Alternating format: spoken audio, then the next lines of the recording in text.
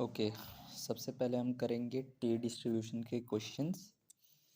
इसमें काफ़ी टाइप्स होते हैं। सबसे पहले शायद ये फाइनाइट सेट्स के लिए है, मतलब बहुत ज़्यादा डीप में नहीं जाऊंगा, कोशिश करूंगा कि ज़्यादा सिंपल और कंसाइज रखने के लिए, सो दैट इजीली समझ जाए। तो क्वेश्चन है, a random sample of 10 bags of fertilizers are found to have the following weight या वैल्यू, जो भी है ये, ठीक है। सो वो क्या है, 45, 49, 50, 49, 50, ये जो भी वैल्यूज़ दी हुई हैं। और test at 5% level of significance whether the average packing weight can be taken as 50 kg। तो इसको सॉल्व करने के लिए सबसे पहले हमको ये जो वेट्स दिए हुए हैं इसको असेंडिंग ऑर्डर में ऑर्गेनाइज करना पड़ेगा। सो हमने इसको करा, ये x जो है हमारा, x की वैल्यूज़ को हमने, ये जो सारी वैल्यूज़ थे इसको असेंडिंग ऑर्डर में ऑर्गेनाइज करा। तो देखो, सबसे पहले 44, 44, उसके बाद 45, 45, देन अगेन 45 यहाँ पे है, अगेन यहाँ पे 45 किया। बेसिकली सभी को असेंडिंग ऑर्डर में ऑर्गेनाइज कर दिया। ये प्रोसेस ख़त्म हुआ। इसके बाद हमको लेना है एक अज्यूम्ड मीन, डी निकालने के लिए, ये वाला डी। तो पहले हम अज्यूम मीन के लिए हमेशा मिडल वाली वैल्यू लेंगे। तो इसमें कितने वैल्यूज़ दिए हुए हैं, 1, 2, 3, 4, 5, 6, 7, 8, 9, 10। अब क्योंकि ये इवन नंबर है तो या तो हम फिफ्थ वाला ले लें या तो सिक्स वाला ले लें। तो हम अपने केस में, इस वाले क्वेश्चन के केस में हम 48 ले लेते हैं। हम 46 भी ले सकते हैं, कोई दिक्कत नहीं है, बट यहाँ पे हम 48 लेते हैं। तो डी का वैल्यू हमें निकालने के लिए x माइनस ए करना पड़ेगा। तो x का वैल्यू है 44, माइनस करेंगे 48 से तो आ जाएगा हमारे पास -4। फिर 45 minus 48 minus 3, 45 minus 48 minus 3, 45 minus 48 minus 3, 46 minus 48 minus 2, और 48 में से 48 माइनस करेंगे तो 0 हो जाएगा। देन यहाँ 49 में से अगर माइनस करेंगे 48 तो 1, 49 में से 1, और ये 50 में से 48 2, 52 में से 48 4। ये जो भी वैल्यूज़ आई इन सब का टोटल कर लो, इसका यानी समेशन वाला पार्ट निकाल लो। समेशन डी क्या हो जाएगा हमारा, -4 -3 -7 -10 -13 -15, यहाँ तक हुआ -15। फिर 1 1 2 4 और ये 8। 15 में से -15 में +8 करोगे तो ये हो जाएगा -7, जो कि हमारा फाइनल वैल्यू आ गया। अब हम निकालेंगे डी स्क्वायर। तो डी स्क्वायर के लिए बेसिकली हमको बस इसका स्क्वायर कर देना है। तो ये 4 का स्क्वायर 16, 9 9 9, 4, 0 का 0, 1 1, 2 का 4, 4 का 16। तो ये भी आ गया हमारा समेशन डी स्क्वायर का वैल्यू हमारा आ गया 69, ये भी आ गया।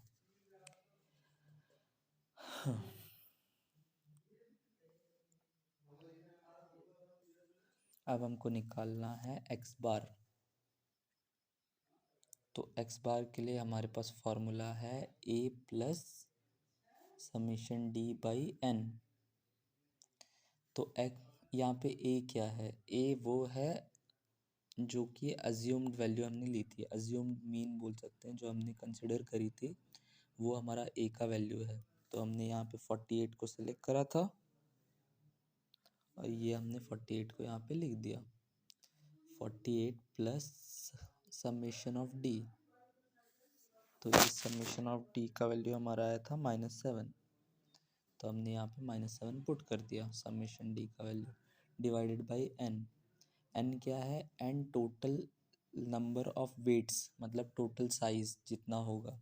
तो वो कितना हमारा 10 था ना, यहाँ पे 1 2 3 4 5 6 7 8 9 10। तो ये वाला पार्ट हो गया हमारा। तो ये -7/10। तो 10 बाई -7/10 करने पे आ जाता है -0.7, -0.7 बेसिकली। ये उसके बाद इसको 48 में से माइनस करेंगे तो हमारा एक्स बार का वैल्यू हो जाएगा 47.3। ये यहाँ तक खत्म। अब हमको फाइनल वैल्यू पुट करनी है इस फॉर्मूला में, जो कि होता है s equal to 1/n-1 summation d square minus summation d का होल स्क्वायर बाई n का होल का पावर हाफ, इसका होल का पावर हाफ। तो ठीक है, 1, ये अगर आगे हम वैल्यूज़ को पुट करें तो 1/n की वैल्यू क्योंकि 10 थी, मैंने बताया 10 वेट्स यहाँ दिए हुए हैं, तो n की वैल्यू क्योंकि 10 थी, 10 - 1 9, तो यहाँ पे 9 आ गया। अब समेशन डी स्क्वायर का वैल्यू, समेशन डी स्क्वायर हमारा क्या आया है, ये आया है समेशन डी स्क्वायर 69। सो हमने 69 पुट कर दिया।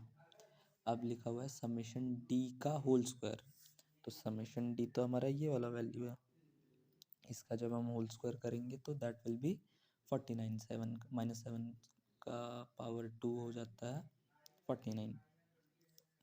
और n वापस यहाँ पे n की वैल्यू पुट करनी है, जो कि नंबर ऑफ सैम्पल साइज जो कि होता है दैट इज़ 10, हमको ऑलरेडी पता है।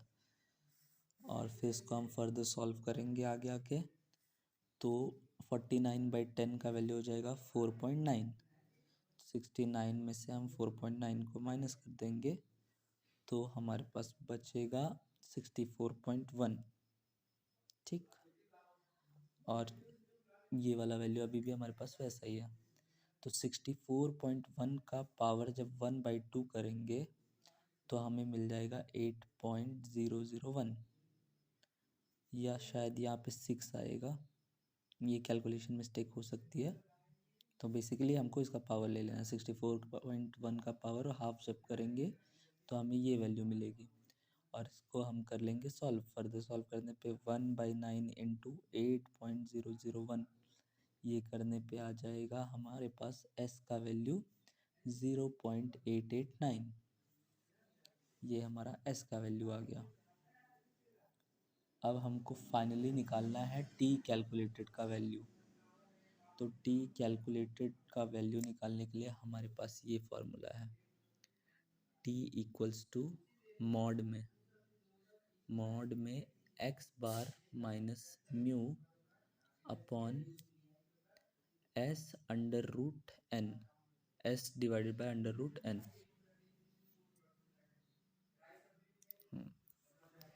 तो x बार का वैल्यू हमने यहाँ पे निकाला है जो कि आता है 47.3, सो ये रहा 47.3 माइनस 50 क्यों हुआ, ये म्यू है, और म्यू का वैल्यू हमको ऑलरेडी दिया हुआ था यहाँ पे, average packing can be taken as 50 kg, यहाँ पे क्वेश्चन में ऑलरेडी दिखा हुआ था, the average packaging of weight can be taken as 50 kg, मतलब एवरेज जो वैल्यू हमको इन सब की मिली हुई होगी वही हमारा म्यू है।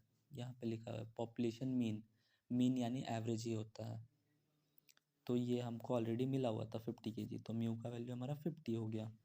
सो हमने इसको यहाँ पे पुट कर दिया, एक्स बार का वैल्यू 47.3 जो कि वहाँ ऊपर आया हुआ है यहाँ, उसके बाद माइनस ये हमारा एवरेज म्यू का वैल्यू जो हो गया, यानी पॉपुलेशन का मीन वाली वैल्यू जो हो गया, जो हमको क्वेश्चन में ऑलरेडी दिया हुआ था 50, और यहाँ पे आ गया हमारा 0.889, ये कहाँ से आया, फार्मूला में क्या है एस की वैल्यू, एस की वैल्यू हमने निकाली 0.889 डिवाइडेड बाई अंडर रूट में n की वैल्यू, ये देखो फार्मूला में n की वैल्यू अंडर रूट में 10। अब इसको हम कर लेते हैं solve, so this will B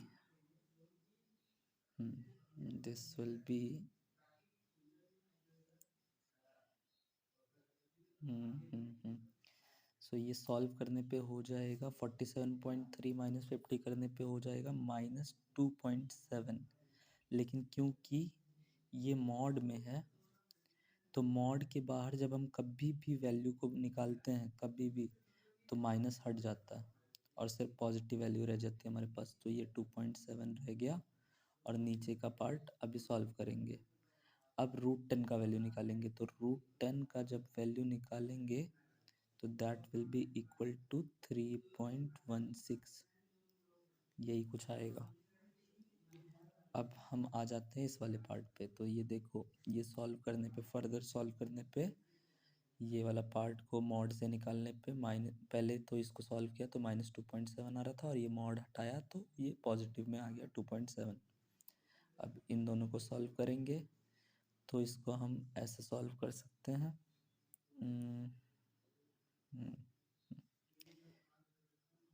3.16। हाँ, तो इसको पहले डिवाइड कर लेते हैं, फिर जो वैल्यू आएगी उसको इससे डिवाइड कर लेंगे।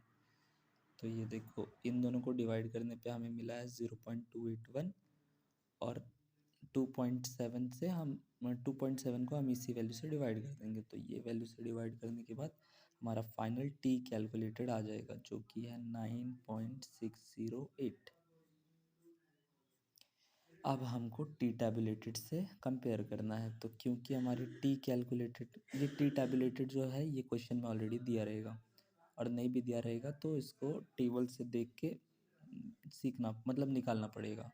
डिग्री ऑफ फ्रीडम और लेवल ऑफ सिग्निफिकेंस के हेल्प से वो मैं बता दूंगा। सो टी कैलकुलेटेड का वैल्यू 9.608 है, और टी टैबुलेटेड 2.26। सो क्योंकि टी कैलकुलेटेड हमारा ग्रेटर है टी टैबुलेटेड से, इस केस में नल हाइपोथेसिस रिजेक्ट हो जाएगी। हमको बस इतना याद रखना है, सॉरी दिखाना भूल गया, हाँ, टी कैलकुलेटेड का वैल्यू है 9.608, टैबुलेटेड का 2.26। तो क्योंकि टी कैलकुलेटेड ग्रेटर है टी टैबुलेटेड से, तो एच यानी नल हाइपोथेसिस रिजेक्ट हो जाएगा। हमको हरदम ये ध्यान में रखना है कि टी कैलकुलेटेड जो है वो हमारी छोटी आनी चाहिए टी टैबुलेटेड से। इस केस में एच ओ यानी नल हाइपोथेसिस एक्सेप्ट हो जाएगा। ये सो ये हो गया हमारा टी डिस्ट्रीब्यूशन का एक क्वेश्चन ख़त्म। फॉर्मूला बेस्ड है, फॉर्मूला करना पड़ेगा अच्छे से याद, उसके बाद हो जाएगा।